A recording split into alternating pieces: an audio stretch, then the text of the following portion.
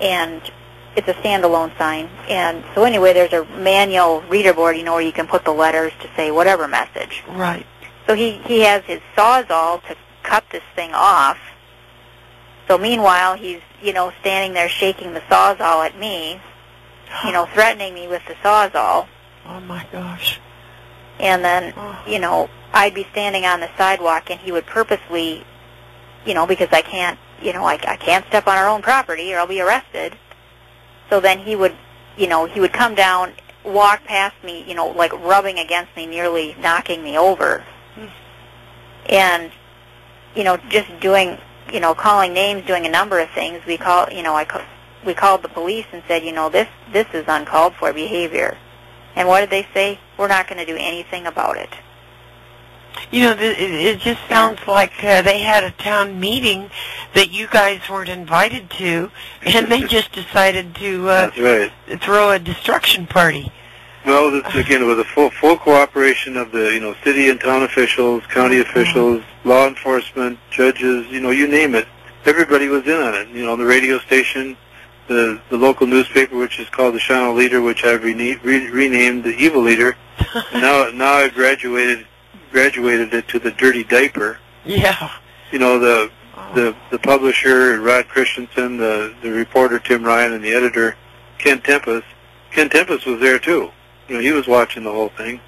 It was all a community effort to shut SIST property down. They got a big joy out of it. Oh. And that's what really burns me as just a human being. It just burns me. All this injustice. How can you do this injustice and make up your own laws, break laws that are on the books? Sure. And this is supposed to be America. This is Gestapo Germany, communist Russia. That's what they do over there. That's right. This is America. That's why we want to tell this story, because it's so incredible. People won't even believe it, but I was there as an eyewitness.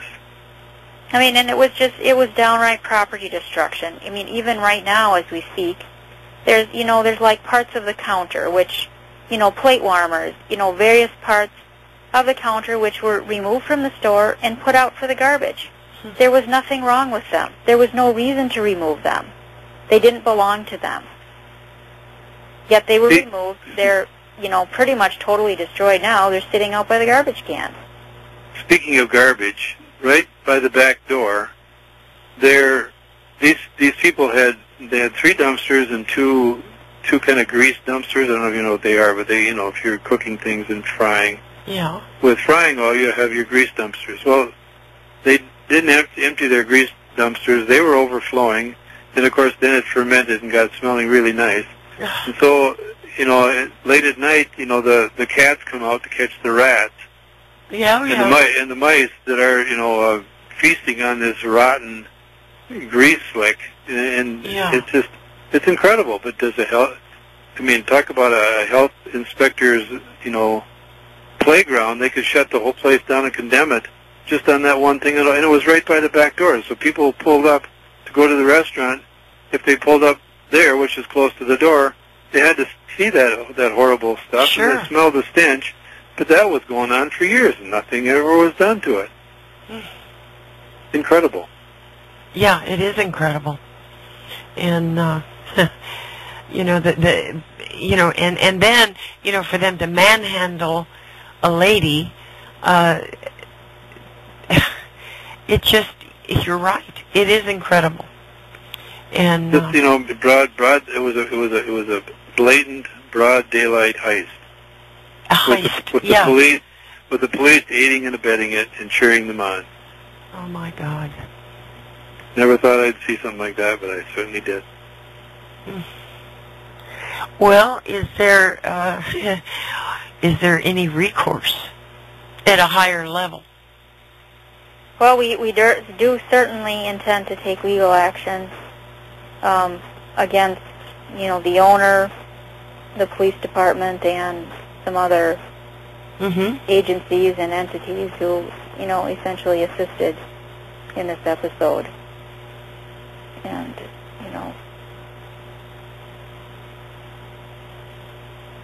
the police, have really had a history with us of interfering and creating problems and, you know, doing everything they can to be unreasonable. And, you know, I've never, you know, I almost feel they must, you know, they've got to be one of the most corrupt police departments in the country. I don't know what else to say. But the, you know, illegality of their actions is unspeakable. Yeah. Yeah, and unfortunately this kind of behavior is growing across this country, and it's a great concern. And, you know, I don't know what we can do about it. I mean, if we tolerate it, then what? It only gets worse. Yes. They become more and more bold, which is exactly what our organization has experienced. Every time the police department gets more bold and more blatant in their actions against us. And, you know, who's ever heard of somebody being arrested for loitering on their own property? Well, you know, Naomi, I think it was either late last year or early this year, there were a couple of men that were homeless men in Las Vegas, Nevada. They had nowhere to live, nowhere to go. They laid down in a public park to go to sleep and were arrested. And you know what the charge was? They were sleeping too close to feces. I am not kidding. That was the charge. That was the charge. Well, it sounds like, you know, one of those cops, you know, migrated to Shawano and then got on the force. Yeah, oh my gosh. Well, in certain areas of the country, they're actually hiring foreigners. They are hiring people with criminal records as police. I've heard that this has been going on in Florida and other areas, and you know, that's not supposed to, you know, they're not supposed to be doing that, but they are. And nobody seems to care one way or the other. You know? Really sad. Oh, it's more than sad. It's downright dangerous. And then, you know, we're a so-called civilized country that still has the death penalty. Yeah. And, you know, if you're kind of up on that dispute, there's a good portion of the people that are executed that are innocent. That's right. And, you know, that to me is just atrocious. Mm-hmm. But, Absolutely. I mean, you can see exactly how it can happen, that they could have been convicted when they're innocent.